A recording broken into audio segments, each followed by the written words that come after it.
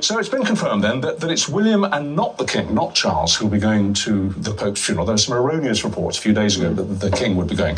This does seem to be some, as you were saying, some kind of protocol or tradition that the reigning monarch doesn't go to funerals. Is that right? It's been around literally for hundreds of years because if a monarch attended a funeral, that would associate the monarch with mortality.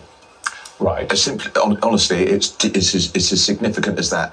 And monarchs were supposed to imply timelessness and permanence. So that's when the tradition began. And as time's gone on, of course, if a monarch attends a funeral, it's a complete distraction. So the Queen attended 2 funerals that I'm aware of, Winston Churchill's and Mrs. Thatcher's. And I think any other prime minister? Did she go to Diana's? And Diana's. Yes. But she said, you think all the prime ministers she had, she only attended 2, and she made a special exception for both of them. Thatcher because it was the first woman, longest serving. Churchill because the first prime minister. But that's where the tradition begins, because of it would imply, it would suggest a monarch's own mortality is vulnerable. So that's where it begins, and it's a tradition that continues. So if you think back to Pope John Paul II's funeral, not only did Prince Charles go, he had to delay his wedding for it, if you recall. It was taking part in Windsor Registry Office. There'd been all sorts of problems with the wedding anyway, because they originally were going to have it at Windsor Castle, and then they discovered, plebs could then apply for a wedding licence at Windsor Castle. Can't have that. So let's have it at Windsor Registry Office. So there were all sorts of problems. And then it was delayed by the Pope John Paul II because Prince Charles went to the funeral, and if you remember, he got monstered by Robert Mugabe, who spoke to him and caused all sorts of social issues because all sorts of people go to the Pope's funeral because he is the leader with the biggest. Some traditions are past their sell-by date. Well, this just feels very odd. I knew you'd be against it.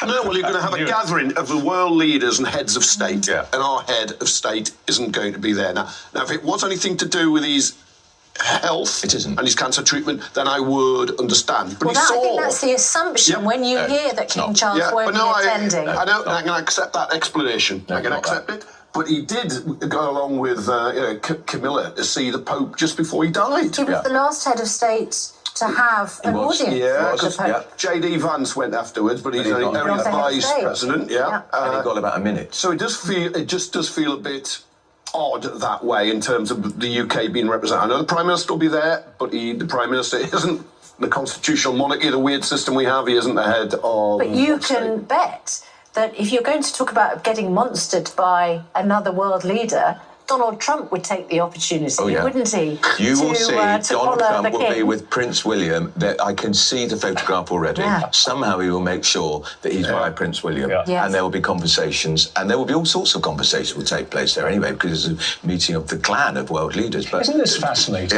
Donald Trump's probably declared himself elected Pope before the conclave's met. Well, there's some great photographs on the internet of Donald Trump dressed as the Pope already, which did make me laugh. Bad taste.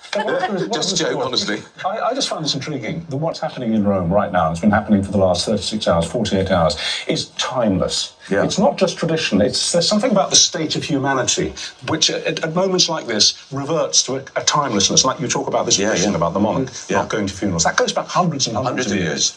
Hundreds of years. And world leaders using events like this to hobnob and basically do backdoor conversations. There's also a reflection as well, particularly with the Queen. She was the world's most photographed woman, the most famous woman on the planet, and where the Queen went, everything revolved around her.